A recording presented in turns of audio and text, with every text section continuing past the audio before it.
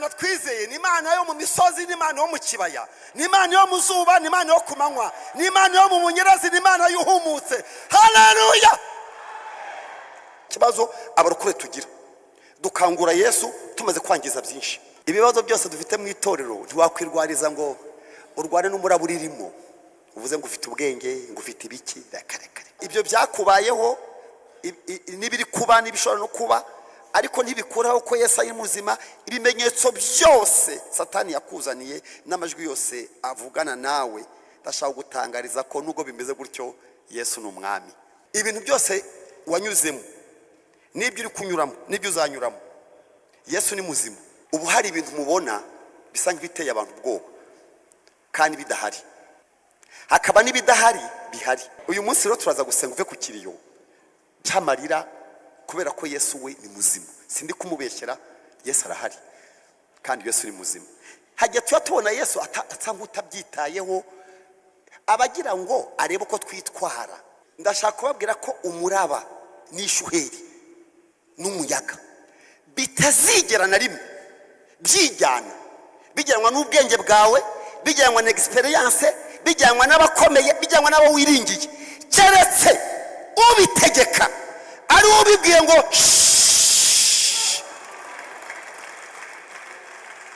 byose bitwirukangaho birumva. Ntimuzirwanirire mukora icyaha kugira ngo umuraba utuze, mujye mubwira itegeka umuraba n'umuyaga n'inyanja bikumva. Twebwe tuhuye n'ingorane ntabwo twirukangira kuri Yesu tujya gushaka abadufasha, tujya gushaka abakomeye, tujya gushaka amafaranga, none tukirwariza umuraba ntushire mu bwato. Ariko uyu mugabo ndi kuvugira, haleluya, mujya mumubwira bitarakomera. Ry'ituze rigere mu bantu bawe, reka ribohora ababoshe, barya bahuye n'ibibazo basange mwami, uko umuntu wese amera umusange. Hanyuma uje kuduha uruhezagira twese, umugisha utahane n'umuntu wese, ibimenyetso byawe bijane natwe, ibitangaza bigaragare kuri twe, ubwiza bwawe bubundikira abantu bose batahana igitinyiro n'igikundiro cyawe. Urakoze kubyumva, tubisenze mu izina ryawe Yesu, amen.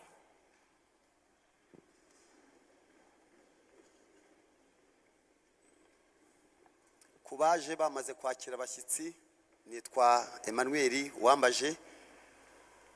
Bashobora kuba hari abantu bashya baba hano nigeze mpamara imyaka 4, hari abo tuziranye, ariko hari n'abandi biyongereyeho bakijijwe nyuma yaho.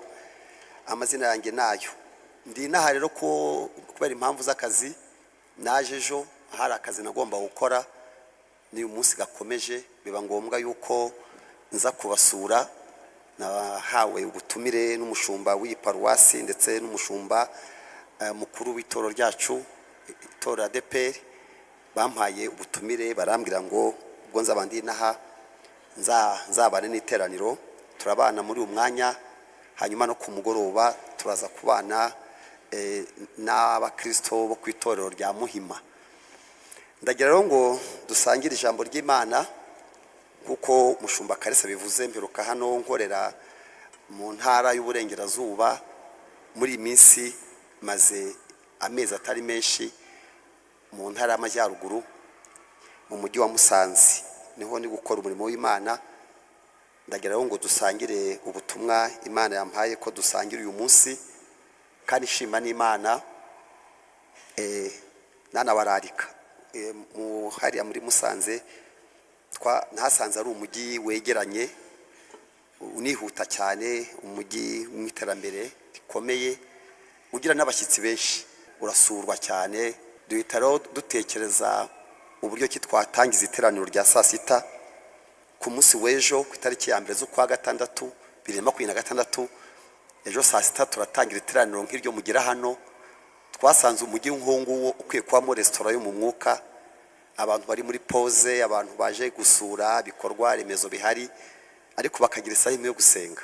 Abazajya baza rero hariya mu majyaruguru hari Musanze by'umwihariko, mbahaye ikaze. Kuva ejo saa sita turatangira iteraniro rizasozwa ari uko Yesu agarutse gutwara itorero. Amen. Ndagira ngo dusangire ijambo ry'Imana riri mu mutima wanjye, ijambo numva nshaka ko tuganira ariko rinandimo, ni ijambo rivuga ko Yesu ari muzima, kandi uko ni ukuri. Yesu ni muzima. Amen. Yesu ndi kuvuga, Yesu muziranye, Yesu ni muzima. Nubwo utari kumubona ariko na hano arahari. Kandi kuba tutamubona n'amaso y'umubiri nibyo bimugira ukomeye. Buriya Yesu aramutse ameze nk'abantu, yagira biro akoreramo, ubundi ntakore, ubundi akajya muri konje, ubundi akarwara, ubundi akasinzira. Ikimugira uwo ari we nuko abera hose icyarimwe. Aramutse rero yambaye umubiri nk'uwacu, hari aho yaba ari ahandi ntahabi. Ariko nshaka kubatangariza nubwo mubizi yuko uyu mwami Yesu waduhamagaye butuvugana iyi saha ari muzima. Kandi ntabwo ari muzima gusa, kuba muzima ni kimwe, ashobora kuba muzima ariko nta n'icyo amaze. Ni muzima. Haleluya. Murashobora kuba muzima nta kintu amaze, ariko Yesu si ko ameze. Ni umwami. Amen. Kandi umwami wumva, ni umwami ureba, ni umwami ukora, ni n'umwami ugenda. Yabwiye Yohani Patimo ugupfa ko nari narapfuye ngo ariko ubundi muzima. Koko yigeze apfa, ariko kuva yapfa ntiyongeye gupfa. Uyu munsi iri muzima. Aramubwira ngo kandi agenda mu itorero ryanjye, kandi agenda afite imfunguzo iz'urupfu n'izikuzimu. Uwo mwami rero niwe uje kubabwira, nubwo mumuzi ariko ndashaka kubabwira ngo mujye mumugirire icyizere, uyu mwami ni muzima. Hari igihe rero Satani aguha ibimenyetso ko Yesu yapfuye atazutse, cyangwa se ko asinziriye atumva, akazana ibimenyetso bifatika bisa nk'ukuri, ariko imuke ko Satani ari umunyabinyoma. Bimwe mu bintu abantu bubatseho ni ibinyoma, ibintu bituma utekereza uko utekereza. Satani yakuzanye agasha mbere yawe ni ibinyoma. Nubwo bimeze gutyo, Yesu ni muzima. Reka nsome ijambo ry'Imana. Tugiye kureba ijambo ry'Imana mu Itangiriro 3:6 umurongo waho wa 31. Turahasanga imyifatire 3:7, Itangiriro 3:7 umurongo w'31 tugeze 3:5. Itangiriro ibice 37 umurongo w'31 tugeze 3:5.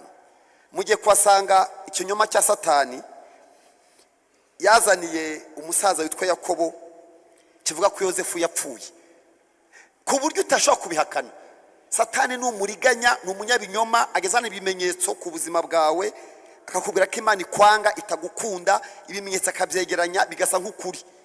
Tugiye kureba ibyo byakubayeho, n'ibiri kuba n'ibishobora no kuba, ariko ntibikuraho ko Yesu ari muzima. Ibimenyetso byose Satani yakuzaniye n'amajwi yose avugana nawe, ndashaka gutangariza ko nubwo bimeze gutyo, Yesu ni umwami. Tugiye gusoma rero Itangiriro 3:31. Haranditse ngo benda ya kanzu ya Yosefu, babaga isekurume y'ihene, binikamo ikanzu mu maraso yayo, boherereza ya kanzu ndende, bategeka ko bayijana kwa se.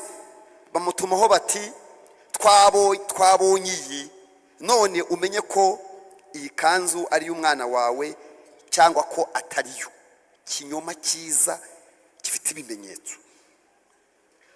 Umva Satani ni umugome, ni umunyabinyoma. Reba ibintu ukuntu interuro ivugitse neza. Twabonye iyi, none umenye ko yaba ari ikanzu y'umwana wawe cyangwa ko atariyo.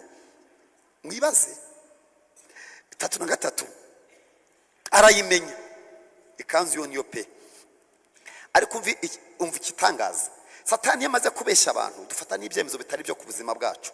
Abonye ariyo arayimenya, aravuga ati ni ikanzu y'umwana wanjye. Uku ni ukuri, ikanzu yo niyo pe. Ariko umva ikinyoma kiri kuri ikanzu. Inyamaswa y'inkazi yamuriye, ntagushidikanya. Uko ni ukuri. Yemwe itorero ry'Imana, inyamaswa zamuriye. Ariko umva kandi ashyizemo nta gushidikanya. ikanzu niyo, ariko ibindi bimenyetso biyiriho ntago ari byo. Satani nuko ateye rero, niko agira ubuzima bwacu, akazana ibimenyetso bifatika bikubwira ko Imana ikwanga, itagukunda, yagutaye, itakwitaho, ariko umva ibyemezo uyu mugabo musaza yafashe.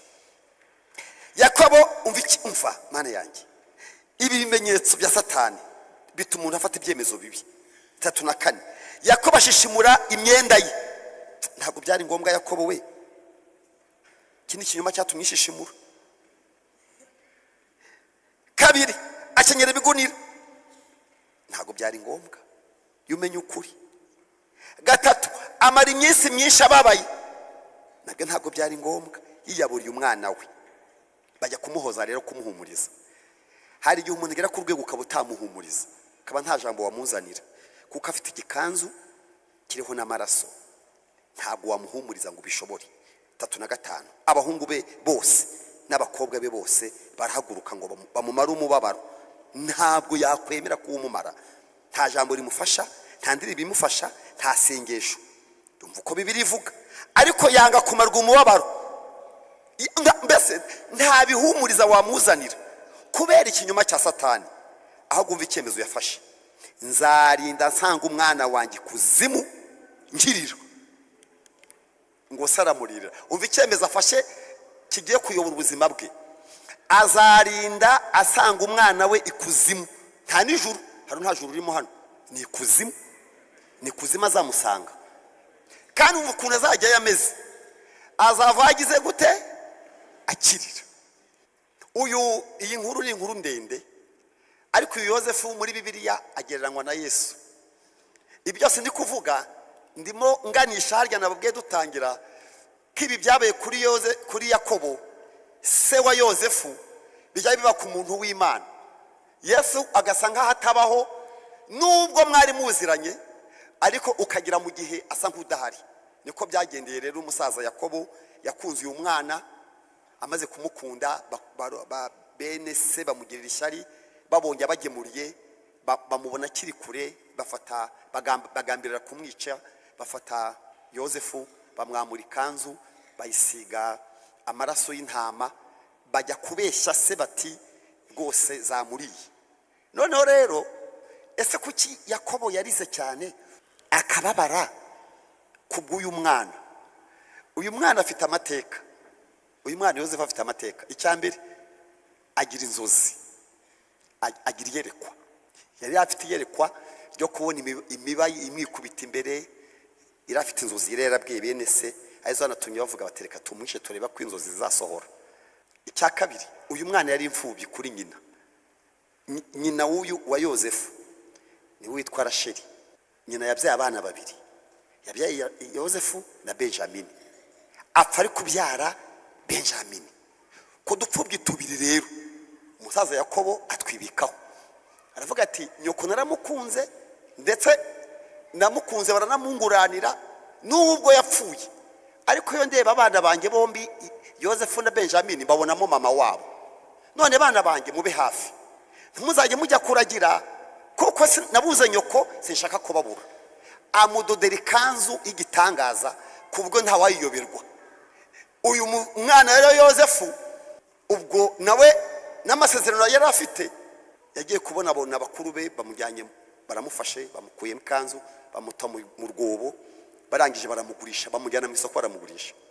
Ariko igikomeye, muzehe Yakobo, niyo mpamvu dukwiye kuba abanyamwuka. Dukwiye kuba abanyamwuka kubera impamvu ubu hari ibintu mubona bisa nk'ibiteye abantu ubwoba kandi bidahari, hakaba n'ibidahari bihari. Iyi Mana twicaye imbere igira ibintu bibiri dukwiye kuyimenyaho. Ifata ibiriho ikabifata nk'ibidahari, kandi ibyo ngibyo biriho nibyo biguteye ubwoba. Imana yabireba igasanga nta bihari, igafata n'ibidahari ikabyita amazina. Itorero ry'Imana mu kintu rimaze ku isi ritandukanyeho n'abandi bantu, nuko ritareba kubiboneka gusa. Iyo usomye mu rwandiko Pawulo yandikiye Abakorinto 2 ibice 4 umurongo 16, Pawulo bamubajije impamvu adacogora, baramubaje bati tubwire niki gituma udacogora. Gituma utabivamo. gituma uhorana ibyishimo, uhorana umunezero. Kandi tubona tanto bagukubise, tanto waraye mu mazi, tanto aravuga ngo nicyo gituma tudacogora. Avuga impamvu nubwo umuntu wacu w'inyuma asaza. Uyu muntu w'inyuma arasaza. Mbabwira impamvu dusaza, nta nigaruriro.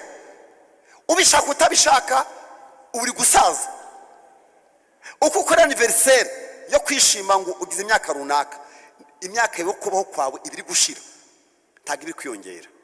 Impamvu uyu mubiri w'inyuma usaza, utungwa n'ibisaza, utungwa n'ibintu bishira, utungwa n'ibintu bipfa. Ibiryo byose turya bibanza gupfa. Urya inkoko yapfuye, ukarya inka yabanje gupfa, ukarya imbuto zabanje gupfa, ukarya umuneke wabanje kubora. Urumva uwo mubiri uribyo bintu, umva bizarangira biti? Ubwo ibyo uyu mubiri urya bibanza gupfa bikanabora, ibindi bikaba biri muri frigo, niko nawe uyu mubiri wawe uzagenda urangira. Birangira nawe ugiye muri frigo. Wari ibiva muri frigo, n'umubiri uzajya muri frigo, aho bita muri moroge. Buriya muri moroge ni frigo. Wari ibipfa, n'umubiri nawe uzajya ibipfa, nawe uzapfa. Ndetse bawihutane uko imineke wayikipinze ngo ntipfe, ugakipinga inyama ukazishyira muri frigo kugira ngo zidapfa, ni nako nawe ejo bundi bazavuga bati aba yaruhukiye muri moroge. Wari ibipfa, nawe uzapfa. Urya ibibora, nawe uzabora. Uyu mubiri niko uteye. Paul aravuga ngo nubwo umuntu wacu w'inyuma asaza, iyo gahunda nacyo yihinduraho. Umuntu w'imbere rero, haleluya, umuntu w'imbere agenda bisikana n'uw'inyuma. Ngo umuntu w'imbere ngo wagenda amera gute? Agenda ahinduka mushya uko bwije nuko bukeye. Uw'inyuma agenda ashiraho, uw'imbere aba mushya. Aravuga ngo kubabwa kwacu kw'igihwayihwayi kw'aka kanya kuyoberanya, ngo kuturemera ubwiza bw'iteka. Akavuga ijambo ryiza nakunze, yaravuze ngo natwe ntitureba kubiboneka. Avuga impamvu ibiboneka turabifite, biravuga, bigira amajwi, amaradiyo murayumva, biri kubera muhaya muri gorofe, mu kigobe cya Perse, ibiciro ku masoko, ibiboneka biravuga, bigira amatangazo. Buri munsi hari ibiboneka, bitera abantu ubwoba. Paul aravuga ngo impamvu ndacogora, ntabwo mpanga amaso ibiboneka. Bati kukiza utabihanga amaso? Ngo nuko ari iby'igihe gito. Muri byavuze ngo mubabaro n'uw'igihe gito, ijoro naryo igihe gito. Nonkarambika umutwe wanjye muri rwaro rwa Yesu nkunda. Ngo nuko rero avuga ngo ahubwo tureba kubita boneka kuko ibyo byiteka. Umuntu w'imbere rero, ku muntu harimo babiri. Warya ijambo ridapfa. Iri jambo ry'Imana turya nirizima. Niri jambo ry'Imana turya nirizima. Niyo mpamvu mwaje ngo turyumve. Mwari munaniwe, mwagombye kuruhuka, ejo mwarakoze, nejo nakazi. Ariko nubwo bimeze gutyo, ijambo ry'Imana nirizima. Umuntu urirya rifata wa muntu w'imbere akaba mushya uko bwije nuko bukeye. Ndaje kubabwira uyu munsi rero ko Yesu ari muzima. Amen. Ibyemezo wafashe uyu munsi turi gusengana Imana, nawe urabireka. Uyu musaza agiye kubireka. Ndababwira ibanga umuntu akoresha kugira ngo ibyemezo bibi yafashe abireke. Yakobo tubonye ko akoze icyo bita statement. Aravuze ngo nzarinda ingikuzimu nkibabaye. Ubabajwe n'iki? Umwana wanjye yarapfuye. Urabeshya, nukuri arahari. Ese kugira ngo Yakobo yemere ko Yosefu ahari harabiki? Ngira kugira ngo yemere ko Yesu ari muzima, niki kiza kuba? Niki Imana iri bubikoreho? Kandi yosomye no muri Bibiliya, ugasoma muri Mariko ibice 4, hari igihe Yesu asa nk'usinziriye. Hari aho tubonye ko Yosefu bavuze ko yapfuye, ariko tugiye kubona ahandi Yesu yabaye nk'uryamye mu bwato, kandi aryama ari kumwe n'abantu yagombye kurengera. Yosomye mu bice 4 muri Mariko umurongo 35, urahasanga andi makuru. Ngaturisha inyanja y'umuyaga, ngaturisha inkubi y'umuyaga mu nyanja. Ni muri Mariko ibice 4:35. Hari indi nkuru nayo ijya kumera nk'iriya. Hano ho Yesu asa nk'uwasinziriye. 35 mu bice 4 muri Mariko haranditse ngo kuri uwo munsi bugorobye arababwira ati twambuke tujye hakurya. Basiga abantu bamujyana mu bwato yahozemo, kandi hari n'ande mato hamwe nabwo. Nuko ishuheri y'umuyaga iraza umuraba wisuka mu bwato bigeza aho bwenda kurengerwa. Umva umurongo ukomeye rero. Ibi bintu byose umva ibintu bibaye, musubire inyuma mwibuke. Buragorobye nkuko mubona isaha igeze. Buri isi iri ku mugoroba pe. Buragorobye. Ka tugomba kwambuka. Nubwo bwije gutya tugomba kugira hakurya mu gihugu Imana duhamagariye kugeramo. None burije. Bumaze kugoroba rero avuga ijambo riri muri imperatifu. Rivuga ngo twambuke tujye hakurya. Yesu no bivuze ari mu bwato. Nukuri Yesu yaraduhamagaye kandi tuzagerayo. Gahunda no kujya mu ijuru. Abantu wese muri aha nta kindi yaduhamagariye. Nimba yavuze ngo icyo yampitiyemo kugira ngo uzagere mu ijuru amahoro. Hatoreye ko baza kwambuka rero. Basiga abandi bantu bamujyana muri ubwo bwato yahozemo. Kandi hari n'andi mato hamwe nabwo.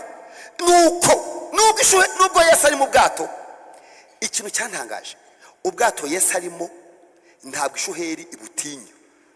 Ishuheri n'umuyaga biraza. Haje bitatu. Haje ishuheri, haza umuyaga, haza n'umuraba. Abatazi by'inyanja ntabwo mabitandukanye. Ishuheri ni igiki, umuyaga ni igiki, umuraba ni igiki. Ni bitatu. Kandi bije bwije. Kandi bije atabona. Kandi bije Yesu nawe arimo. Uyu muraba utagira isoni, ishuheri itagira isoni, umuyaga utagira isoni, byisuka mu bwato Yesu arimo n'intumwa ze. Kandi ibyo sutsamo ntabwo ari umuraba usanzwe. Ngiye nagiye hari inyanja nagenzemo mbona ibi bintu. Mbona ishuheri mbona kavura gatonyanga gatambitse karimo n'umuyaga uhuha. Mbona umuraba uzamutse nigeze njya mu aho bita Iwawa. Mbona amazi ari biranduye turimo byo bitaga isata. Ibi byose nabibonye. Byusuka mu bwato ariko akaruga komeye bwenda kurengerwa. Iyo vuze bwenda kurengerwa ni ukuvuga ko amazi yo hasi yarazamutse ajyamo. Amazi y'inyuma umuraba n'ishuheri n'imvura n'amazi byirunzemo. Ibyo bintu byose byirunze mu bwato na Yesu akabarimo. Mwibaze nacyo kibazo abantu bibaza. Abantu bajya batekereza ko urugo Yesu abamo rutabamo umuraba. Uti nge narasezeranye, Imana yavuganye nanjye. Ubu hano hari abantu bafite ingo zirimo bitatu. Zirimo ishuheri, zirimo umuraba, zirimo n'amazi. Ku buryo iyo rero umuntu ahuye n'ibi bintu icyemezo afata kankure divorce. Utangira gutekereza ko wavangiwe, ko wibeshye. Tutise kuba tubwiye ko Imana yo muguhaye birangiye bite atoyate ntayo. Yesu se bite ko nawe waratubwiye ngo muri kumwe ngo yaraguhamagaye. Wapi tawuhari. Uyu mugabo witwa Yesu hari igihe ajya yemera kumuraba, ishuheri n'umuyaga byinjira mu bwato Yesu nawe arimo. Cyo nshaka kubabwira ni iki? Ibibazo ufite si ikimenyetso ko Yesu adahari. Satani yakubwiye ko Yesu adahari ako ntago ari Imana bivuze. Hari amajwi twumva atari Imana ari ya Satani. Satani rero yabonye imirabije n'imiyaga aravuga ati nta Yesu uhari. Kandi ikindi ibyemezo dufata abari bibi. Aba bantu bakoze iki? Abangaba batangiye kwirwanaho. Abarokore tugira icyaha bita Imana ibabarire kwicira inzira. Imana ibabarire kwirwanirira. Iyo tubonye Yesu ameze nk'uwasinziriye, ameze nk'uwapfuye, ubwato bwenda kurengerwa, urugo rwenda kugwa, uhita ufata ibyemezo ibyo barokore bita ngo Imana ibabarire kwicira inzira, Imana ibabarire kwirwanirira, Imana ibabarire kwiyobora. Ni ururimi nyine rubatije ariko buri gukora icyaha. Hagiye n'amayira yo gukiranuka yifunga. Ugasanga amayira yose gukiranuka nifunze, hagasigara inzira y'icyaha gusa. Ati umva rero ugira ubwenge, nutagira ubwenge birakureba. Hari igihe unywa n'inzoga kugira ngo uyihe bose wawe kuko aba yagusuye. Hagihe umuntu ajya abona akazi ya kontu ukabona bose wawe ntajya ngo afanda, kandi akahubira ko ari waguhaye akazi, kavuga ati nzagusura ariko umenye ko ntajya nk'imitobe byane by'abarokora ngiye ntago njya mimwe. Kavuga uti Imana rero nawe urabireba rwose, bose wanjye yambaye akazi yankuye habi, reka muhe inzoga. Ibyo utajya unywa n'ibyo utajya urya ukabimuha kuko utinya ko bakwirukana. Hari n'abasambana, gasambana na bose we kugira ngo agume mu kazi. Ibyo bita kwicira inzira. Ababigishwa ba Yesu bakoze iki? Yakobo bamwumvise ko yazanye igishito. Umuziki kiriyo kimara iminsi 7. Iyo umuntu aririra umuntu we, ubundi mu muco w'abayuda n'uwacu ni iminsi 7. Nukuzana igiti kibisi ugahamagara abantu mugakora ikiriyo cy'iminsi 7. Ikiriyo cyo kwa Yakobo n'ubuzima bwe bwose. Nzarinka mpfa ngikuzimu ngirira. Urumva we yazanye ibishito byose, igiti kimwe kivo hazana ikindi ari kurira gusa. Kandi kimuriza si ukuri ko Yosefu arahari. Nubwo ibimenyetso byo ko Yosefu yapfuye byabe bigaragara, ariko n'ibinyoma bya Satani, Yesu arahari, Yosefu arahari. Amen. Uyu munsi rero turaza gusenga uve ku kiriyo cyamarira, kubera ko Yesu we ni muzima. Sindi kumubeshyera, Yesu arahari kandi Yesu ni muzima. Intumwa za Yesu zikora iki rero? Zifata icyemezo cyo kurwana n'umuraba. Katutwirwarize iyo mwirwarije ntabwo umuraba ushira. Ibibazo byose dufite mu itorero ntiwakwirwariza ngo urwane n'umuraba uririmo. Uvuze ngo ufite ubwenge, ngo ufite ibiki, reka. Ngo Petero uzi kuroba, uzi no kurwana n'umuraba. Yite ndabizi. Yesu mwihorere. Ntabwo ari ngombwa, araryamye. Sina ngombwa.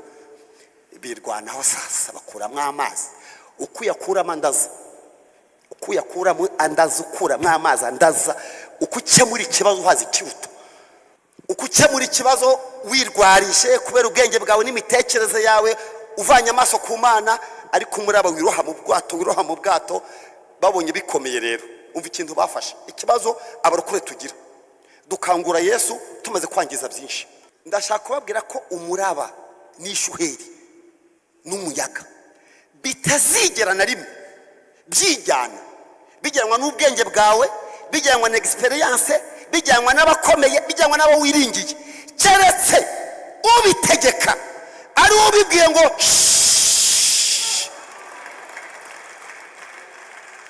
ntiwabikangisha diplome, ntiwabikangisha Icyongereza, ntiwakangisha Igifaransa, ntiwazana Ikigiriki, ntiwazana Igihurayo, ntiwazana imbunda, ntacyo wazana keretse utegeka. Umuraba n'ishuheri n'umuyaga ari uvuze ngo ceceka. Baragenda rero ku murongo w'38 ngo Yesu yasinziriye ibwerekeza, yiseguye umusego. Baramukangura, baramubaza bati, mwigisha, ntubyitayeho ko tugiye gupfa? Urumva reba bamwise, sinzi umuntu utita ku bintu, sinzi ukuntu bamwita umuntu utita ku bintu. Hajya tubona Yesu asa nk'utabyitayeho, abagira ngo arebe ko twitwara. Ntubyitayeho ko tugiye gupfa. Twibaza kino kibazo, niba Yesu arimo muri ubu bwato nabo bakaba arimo, barindire bakareba ko biza kurangira. Yesu akaruhamana nabo, bose bakaruhama nyine. Niba Yesu twemera ko ari mu bwato, nanjye nkabandimo, tukaba twarinjiranye muri uru rugo. Nimo mbwira abantu bubatse ngo nawe Yesu urugo mwararwinjiranyemo, kuki ufata ibyemezo bibi? Niba Yesu uhamya ko mwinjiranye mu rugo, niba uhamya ko Yesu yaguhamagaye, ibyemezo bibi urafatira iki? Gumana nawe urebe ko biza kurangira. Barangije birwanaho biranga. Byanze rero baramukangura. Muyane magambo nshaka kubabaza ngo kare kose se. Nshaka kubabaza ndize kare kose kuki mwatinze? Ariko nkunda Yesu. Yesu arakanguka 3:9 acyaha umuyaga. Akimana ishimwe, icyaha umuyaga. Abwira inyanja ati ceceka utuze. Umva uko byamusubije. Umuyaga uratuza kuko bibwiwe n'uwawuremye. Buri Imana ibintu byose bitwirukangaho birumva bikanumvira. Inyanja ati niwongera kubona afande wanjye, bose wanjye, niwongera kubona nteye akavuyo, nukuri ntabwo nongera, ndatuje. Umuyaga uti sinongera. Ishuhera ati sinongera. We wanyanja wati ndatuje, biratuza. Ndashaka kubabwira ngo ntimuzirwanirire mukora icyaha kugira ngo umuraba utuze. Mujye mubwira itegeka umuraba n'umuyaga n'inyanja bikumva. Maze reka turebe ko Yesu yabashimye. Umurongo wa 40 arababaza ati niki bateye ubwoba, ntimurizera? Baratinya cyane, baravugana bati mbega uyu ni muntu ki utuma umuyaga n'inyanja bigira gute? Iyi Mana turi kumwe sindi kwibeshyera, uyu Yesu uri muri amateraniro se mubeshyera, ni utuma umuraba n'umuyaga n'inyanja bigira gute? Byumva. Buri hari indirimbo tuyaturirimba ivuga ngo ndashima umusaraba, ndashima yama nziza, ariko raho yageze ravuga ngo ngwire n'itangiriro ry'umunezero wanjye, niho umutwaro wamvuye hehe? Ku mugongo. Ndashaka kubabwira ko buriya muri Kristo Yesu ni hanini cyane. Hari igihe uri hafi muri Yesu utaragera kuri, ariko nibo mbinginga turi muri iri jambo ngo mwe kurindira kwicira inzira no kwirwanirira ngo muhangane n'umuraba n'umuyaga, ahubwo tubyutse ufite ubushobozi n'ubutware bw'ucekesha iki? Umuraba n'umuyaga. Mu yandi magambo rero, ntabwo Yesu yarasinziriye, yarabaye nk'usinziriye, ariko yari maso, yari mareba uko abantu baza kwifata. Ibintu byose wanyuzemo, n'ibyo uri kunyuramo, n'ibyo uzanyuramo, Yesu ni muzima. Amen. Yesu ni iki? Arabicyaha. Bimaze gutuza baravuga bati ntabwo twari tukuzi pe. Burya se umuraba ujya ukumva ati uranyumva, n'inyanja ati cyane. None se ikosa dufite ni irihe? Nuko mwatinze kumbwira, mukibona bije mwari guhita mumbwira ngo biraje. Twaba tuhuye n'ingorane ntabwo twirukangira kuri Yesu tujya gushaka abadufasha, tujya gushaka abakomeye, tujya gushaka amafaranga, none tukirwariza umuraba ntushira mu bwato. Ariko uyu mugabo ndi kuvugira, haleluya, umujya mumubwira bitarakomera, mumubwire bitari byakomera. Ndakwinginga imigambi y'icyaha ngo umuraba uve mu rugo rwawe n'ibyemezo wafashe bireke, ko ntabwo umuraba ushira. Urashaka gushaka undi, umva uzaza nawe umuraba azaza yikoreye urutuwo nguwo w'uwa mbere. Niba uru rugo wararwinjiranyemo na Yesu ukaba ubizi neza udashidikanya, uyu muraba Yesu arawuhagarika. Bwira Yesu ngo ndahari ariko natewe, ariko nawe urahari. Niba ufite business ukabona Yesu mwayinjiranyemo ari ukabona umuraba uraguteye, guhamagara Yesu mbere yo guhamagara abandi bantu. Amen. Reka turebe rero Yakobo, tujye kwa Yakobo tuze kubona uko dusoza. Ese Yakobo maye araza kuva ku cyakiriyo cye, azakivaho? Arakivaho.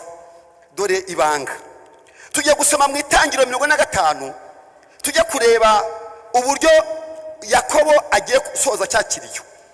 Umurongo igice 45 mu itangiriro 27, Yakobo cyakiriyo kirashojwe. Sinzi imyaka cyamaze, ariko ntabwo nzi iminsi cyamaze, ariko ishobora kuba atari mikeya. Ni imyaka myinshi, tari hasi ya 20. Afite ikiriyo, aho ravuga ngo azagikuzima kirira, ariko reka turebe icyatumye ikiriya kivaho. Nusoma itangiriro 45:27, dore uko yakivuyeho. Itangiriro 15 umurongo waho wa 27 haranditse ngo bamubwira amagambo yose. Ndi mu itangiriro 45:27, bamubwira amagambo yose Yosefu yabatumye. Yosefu murumva ko tumugaruye, Yosefu mumva kagarutse.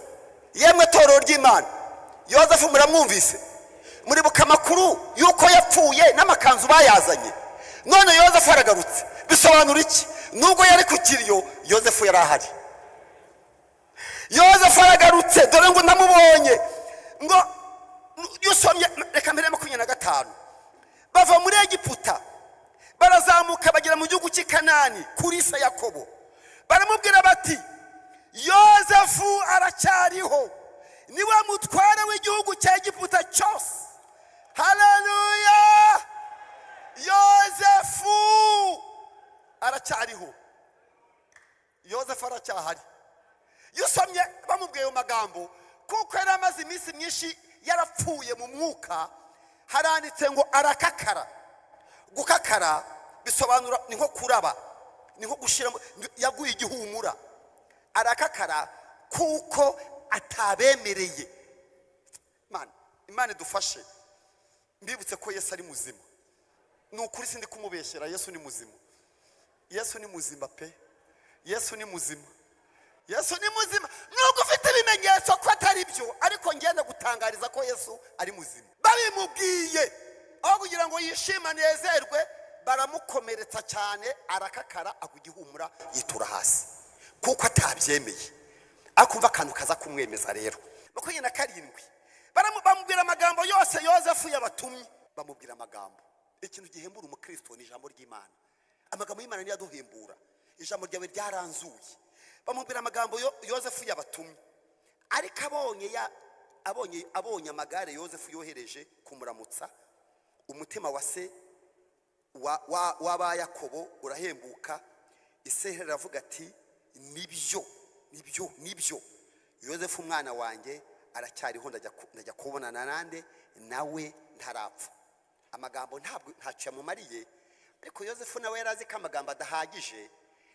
Arababwira ati muze haraho ataraho, nimugerayo mumunda mukirize mumubwire ko nubwo afite igikanzu cyanjye, ikanzu niyo ariko amaraso ntagara yanjye, n'amakuru bavuze ntagara yanjye, dore ndi muzima. Ntago munzi se Benjamin yo urahoma murumuna wanjye aramuramutsa. Arangije abaha gift, buri wese agenda mutekerera ikintu. Ageze kuri se aravuga ati papa kugira ngo ave ku kiriyo, dore ibintu mumushyira nubwo amagambo atayemera, ariko ibintu ngiye kubaha biremeza ko ari ngewe. Yakobo agiye kubona ibintu bitaba muri Egiputa, bitaba Kanani, bivuye aho Yosefu ari. Aravuga ati muhungu wanjye arahari. Ibi ni ibiki? Iyi ni Pentekote. Uyu ni umwuka wera ndi kuvuga. Umwuka wera tumaze iminsi batubwira ni utwemeza ko Yesu ari muzima, akaduha n'intashyo zivuye mu ijuru. Buri mwuka wera ni uduha intashyo zivuye hehe mu ijuru. Iyo tuvuze ndabizi mu kanya mugiye kumpa intashyo, akizo mugiye kumpa no kuvuga ngo maze ngabashyitsi ngo bari hano ngo murambure ibiganza mu intashyo. Tagazo Yosefu yatanze kareka ibintu by'ibiganza gutya ngo mubanda mukirize. Oya kareka ntabwo ibyo Yosefu. Haleluya. Umwuka wera ni Yesu ufite. Ndashaka kubwira itorero rye ko akiri muzima. Hari ibimenyetso bifatika yohereza ku itorero rye. Karibwira ati gupfa ko narapfuye ariko ubu ndi muzima. Haleluya. Numashaka kuza gusengana Imana nawe, ni iki Imana yakora ukongera kumva ko Yesu ahari. Yusoma mu byakorewe intumwa igice cyaho cya mbere umurongo wa 3. Ubwo ndimo ngeraho tuza gufata umwanzuro wo gusenga ngo Imana itwiyereke mu rurimi twumva, ariko wongere ugire umunezero yuko Yesu ari muzima kandi akuzi. Yusomye mu gice cya mbere umurongo wa 3 mu byakorewe intumwa haranditse ngo amaze kubabazwa ababonekera ari muzima, atanga ibimenyetso byinshi, agumya kubabonekera mu minsi 40 avuga iby'ubwami bw'Imana. Ni ibiki byari byabaye? Aha nsomye havuga iki? Yesu yapfuye kuwa 5 rwose saa 6 niho yapfuye. Uzi kugira ngo umuntu agwe ntibisaba iminsi myinshi, ahubwo wari umurame. Ni ukuri abantu ahubwo turabarame. Yesu abyumve turabarame pe, naho twarihanganaga k'intumwa zo zaguye mu minsi 2 zimubuze. Urumva Yesu bamufashe kuwa 4 nimugoroba basangira igaburo ryera. Umuntu ashobora kugwa avuye ku igaburo ryera neza. Yuda we umva yasangiye na Yesu, arangije kuzana abaza kumugambanira, abaragiye. Intumwa nazo ziramuherekeza mu masengesho y'Getsemani, barara mu masengesho. Araraburana mu gitondo saa 6 baba baramubambye, saa 9 barapfuye. Ni kuwa 5 akimara gupfa, buri ntumwa ye yose buri wese yasubiye iyo yari yaramukuye. Mwibuke ko Yesu aduhamagaye, hari ahana dukura, hari n'ahatujyana. Umwese ko muri hano hari ahantu Yesu yatuvanye. Muri ibi byavuze ngo umukiza niwe wankuye mu ishyamba. Iyo ndirimbo ntago muyizi. Umukiza niwe wankuye mu ishyamba, sigaye mba mu murima we, no kubw'imvura n'izuba byo mu ijuru shobora kwerimbu. Abantu bose bicaye muri aya materaniro n'abadukurikiye bari hirya no hino, ni ukuri Yesu adukuye ahantu aho hantu bita muri point de départ. Ni ahantu Yesu yansanze, aho twahuriye, ahantu twahuriye. Arangije ambwira kuri destination finale, ambwira aho nza kurangiriza. Nuko rero yarampamagaye arambwira ati ngukuye mu isi, ariko ahantu tubiza kurangirira hehe ni mu ijuru. None ntabwo turagerayo, turacyari hagati rero, hagati y'aho tuva naho tujya. Ya miraba rero navugaga iri hagati. Abisiraheli bajya i Kanani bahagurutse neza, kuko wakijijwe nawe cyagiye ugatanga ubuhamya ko wakijijwe, ugashima Imana tukaririmba. Bahagurutse muri Egiputa, ariko destination finale aho bagomba kurangiriza ni Kanani. Hagati rero yaho bava naho bajya no hari inzara, naho amazi ataboneka, naho barya manu idahinduka, niho inzoka zibarya amaguru, niho amazi aza avuye mu rutare. Mbese hagati hari n'ibiturya. Ariko nubwo bimeze gutyo, Imana niyo kwizerwa. Gahunda ni ukuri. Umuririmbyi yavuze ngo abagezeho baragwiriye, ngo abandi bari hehe. Ndashaka kwambura ko iri juru tujyamo ntiturabambere. Umuririmbyi yavuze ngo abagezeho baragwiriye, abandi bari hehe, bari mu nzira. Niba ushaka ko tujyane ugire gute, wihane. Intumwa za Yesu zaguye ku wa gatanu saa sita. Petero aravuga ati nahoraga mbabwira, namaze imyaka 3 mukurikiye, ntacyo yampaye, yaranampombeje, yo mimenya kare nkagenda. Nahoraga mbaza ikibazo ngo abamukurikiye azabaha iki. None murabona ko ntacyo duhaye, maze 3 ndahembwa. Yari yarambwiye ko azadukubira injuru 100 habe n'imwe.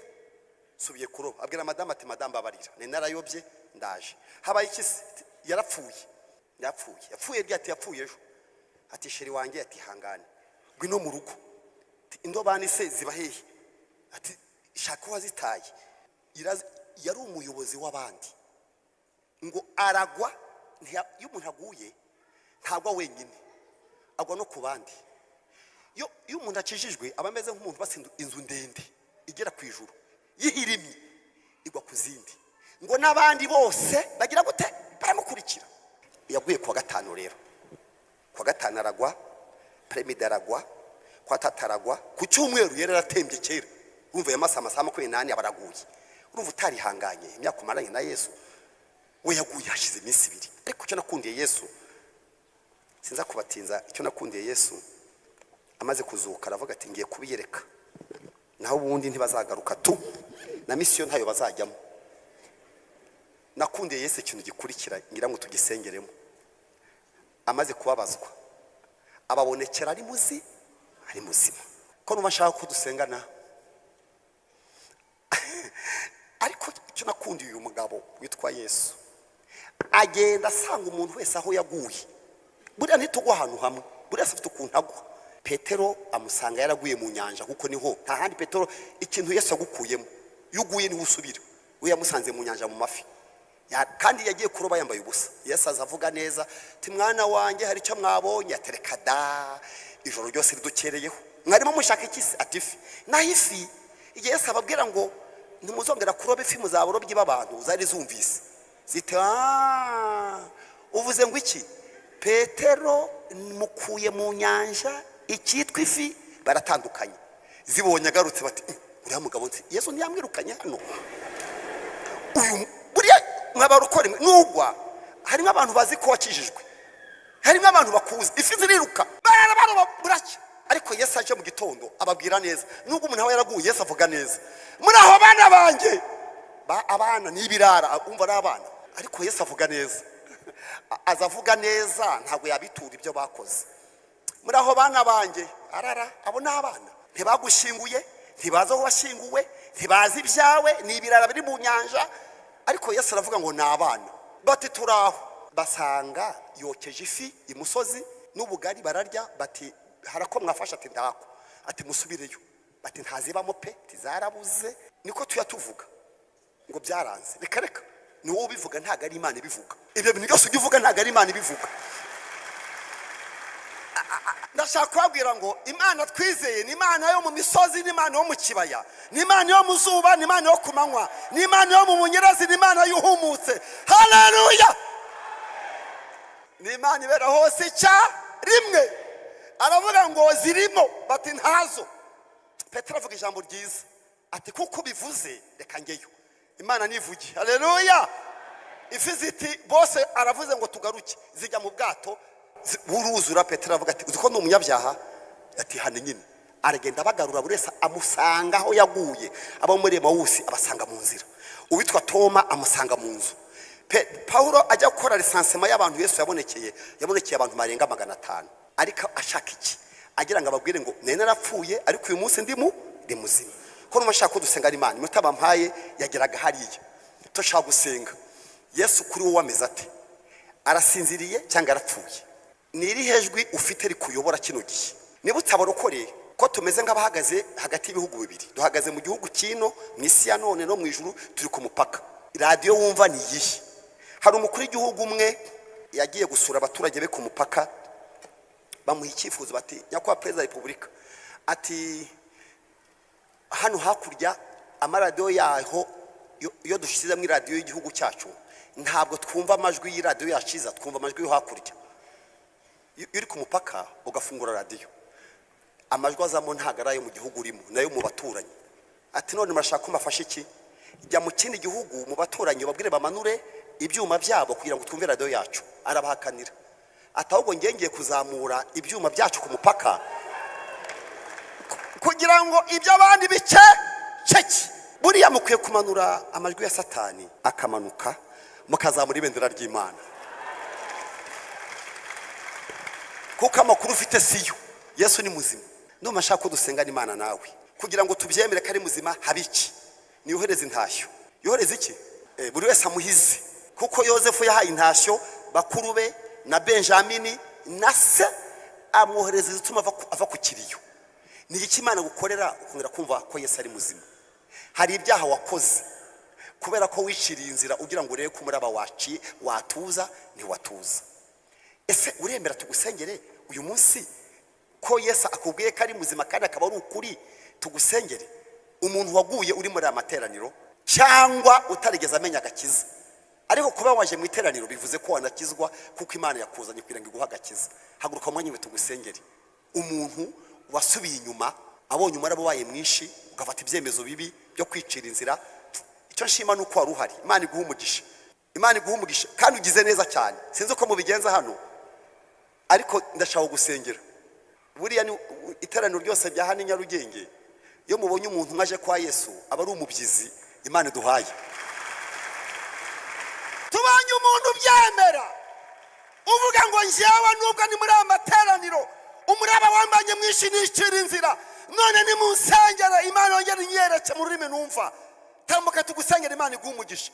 Tubonye umuntu Imana izanye kubera ko Imana yakuzanye mu gitondo, yaganire nawe utari waza, yarizi kuza hano. Imana iguha umugisha. Iyo mbonye ari umusore ndishima kuko uyu nguyu azarama. Uyu ni umuntu Imana igiye gukoresha ibintu binini mu buzima bwe. Imana iguha umugisha. Ese ni wowe wenyine? Ndabona umuntu uri muri amateraniro cyangwa uri kure waguye. Shokwa nta n'uwakubonye, shokwa nta n'uwagufashe, ariko Imana yawe izi neza ko wabyangije.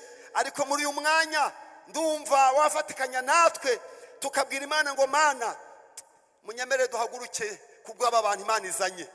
Aba ni abantu Imana izanye. Ukora hano uri umugabo, fasha icyemezo cyiza, muhisemo neza. Kwa muje imbere y'Imana muri abahungu babiri bakiri batoya, Imana izabakoresha iby'ubutwari. Reka dusengera abangaba. Ariko nundi wese watakaye muri uru rugendo wabura kugera hano kubera ko ari kure, ariko Imana yo hajemo nundi musore, ngwino nawe Imana iragukunda, ngwino wisanye mu rukundo rw'Imana. Reka azamura ijwi rye ashima Imana ku bw'aba babiri baje. Turabikora duhagaze kuko abangaba barahenda ku maso y'Imana. Yesu yabaguze amaraso y'igiciro cyinshi. Reka ashima Imana ku bwawe. Mana yacu turagushimiye, urera kandi urakiranuka. Muri harimo imbaraga zikiza, muri harimo imbaraga zuzura, muri harimo imbaraga zibeshaho. Turagushimiye ku bwa mwene data uzuye uhagurukije akaba baye muzima, arakwakiriye nk'umwami n'umukiza, akwakiriye mu buzima bwe. Hari ibyo yagiye gukorera byagutandukanyije nawe, ariko ateye intambwe z'imbere yawe. Ijambo rye riratubwira ngo nitukugarukira nawe uzatugarukira. Aba bagarutse imbere yawe pfukamisha amavi y'umutima n'ay'umubiri, turinginze kugira ngo amaraso ya Yesu abeze kandi abatunganye. Tubasabiye imbabazi ku Mana, tubatuyeho imbabazi, tubahuje n'Imana Data kubw'ijambo rya Yesu. Yesu ni muzima, Yesu ni muzima, Yesu ariho bavandimwe, Yesu aracyariho, ntabwo urupfu rwamuheranye. Afite imbaraga zose, afite ubutware bwose, afite gukomera kose, afite imbaraga ze zose.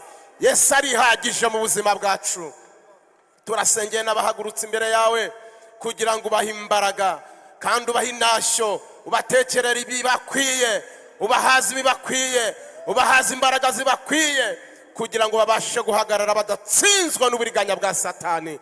Urakoze Yesu, tugukomeye mu mashyi tugushimira kuko ukoze ibyo ngibyo mu izina rya Yesu. Amen. Amen. Barababwira igikurikira. Ngiye gusaba umushumba Karesa nyemerere nsenge nk'umushyitsi. Ndashaka kubasengera. Mwanyemera mwaka tugasenga. Tugiye gusengera iki? Yesu akwiyereke mu rurimi wumva. Mu rurimi wumva. Buri wese afite ahantu Yesu ari kumubona ari. Ngo nzahuri. Uzi ko Imana iza aderese zanyu zo mu mwuka. Ntabwo kuko tw'ubunyabwenge n'ibitoya. Mu mwuka urihe? Tugiye gusenga Imana. Mubice ko ndi umushyitsi w'iteraniro. Kandi abashyitsi babahagarariye Kristo. Ngiye mpagarariye Kristo kano kanya. Ngiye kubasabira umugisha kandi murawubona. Ngiye kubasabira umugisha kandi murawubona. Kubera iki? Itegeko rirahari rivuga ngo nimujya mu ngo z'abanyamahoro bakabaha amazi yo kunywa, bakabaho kwicara, ntimuzahaguruke mutabasabiye iki? Umugisha. Dusengera iki? Ni iki wumva nihe Yesu yakora? Ngiye gusabira intashyo zivuye ku Mana kugeza ubwo Imana iguha ibigukwiye. Wongere wishime, wongere uvuge mu rurimi rushya, wongere unezererwa agakiza k'Imana yawe kuko Yesu ni muzima.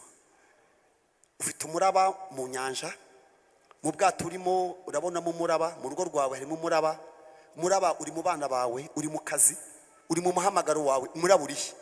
Nyemerera wa mugabo witwa Yesu yabwiye Yohana ngo gupfa ko narapfuye ariko ubundi muzima agenda.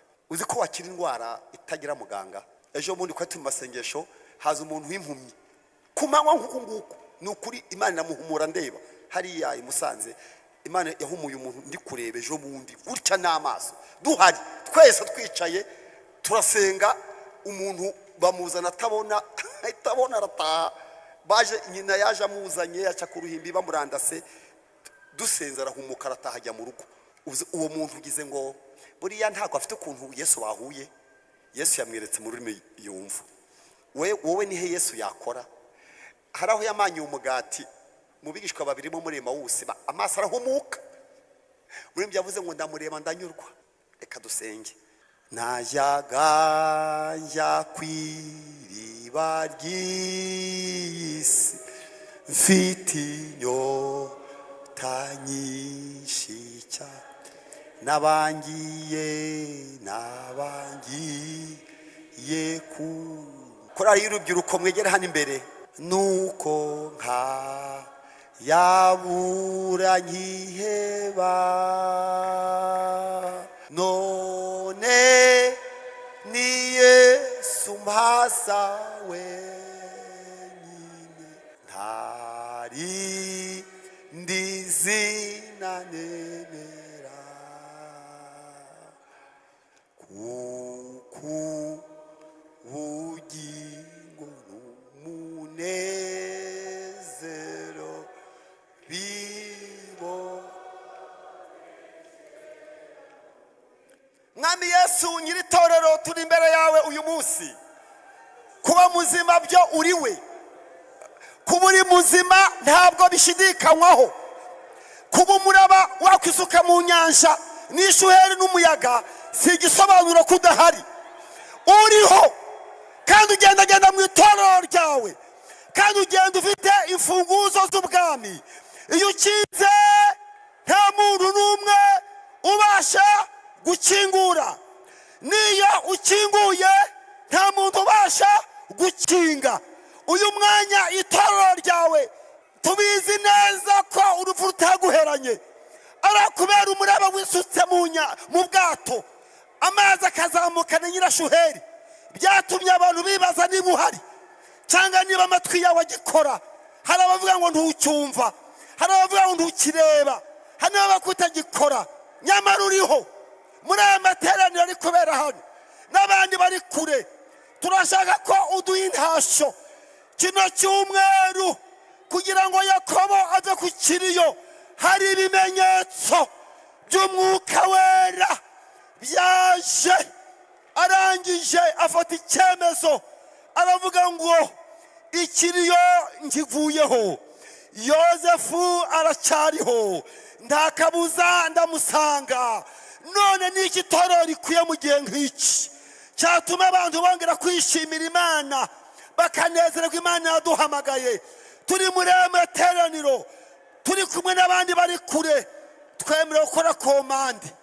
Dukoze komande.